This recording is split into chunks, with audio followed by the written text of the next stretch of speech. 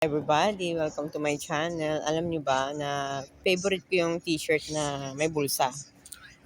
Hindi ito para lagyan ng sigarilyo or lighter. Kundi pag mag-travel pa dito sa Israel, syempre palaging meron tayong tinatawag na Rabcab or yung bus card. So hindi ko na kailangan hanapin sa kung saang lugar. Andito lang sa pocket ko, igagano ko na, tapos itatap ko na. Mabilis lang. And nung mula nang nalipat ako sa Asdod, doon ako natuto na mag-load ng unlimited load.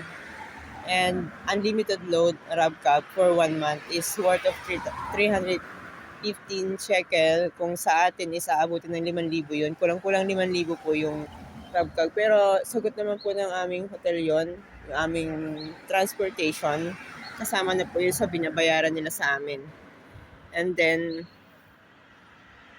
yun, nakaka-enjoy din kasi gala ako. Halimbawa, gusto kong i-explore yung buong Asdod, makakapamasyal ako anytime, anywhere through Google. Ayan, dadating na si Bas. Ito yung Rabcab ko.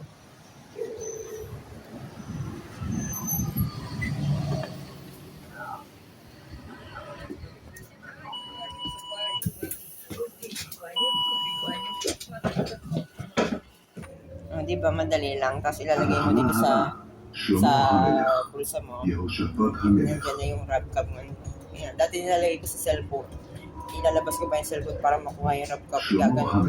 Tapos naka-separate siya, tapos may sarili siyang housing.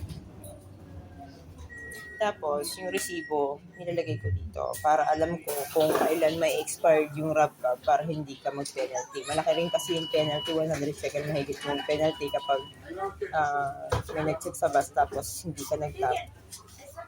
Yun yung patakaran, yung excuses po doon. Kaya yung resibo, nandito makikita. Halimbawa, expired na yung card ko bukas, magpapaload ako ngayon, pero yung binayaran ko hanggang bukas, magagamit ko pa rin. Mag-i-start yung bago kong load. Halimbawa ay bukas ay Miyerkules, magbabayad ako ngayon, magagamit ko pa rin yung hanggang Miyerkules. And then yung bago kong load, mag-i-start ng Huwebes. Diba? Maganda. Yun, parang ano na siya, part of our life in travel. Kailangan talaga meron ito.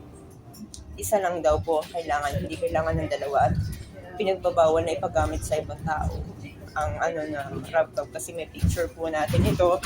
Dito lahat ng information natin, passport, at yung pangalan natin nakasalalay dito.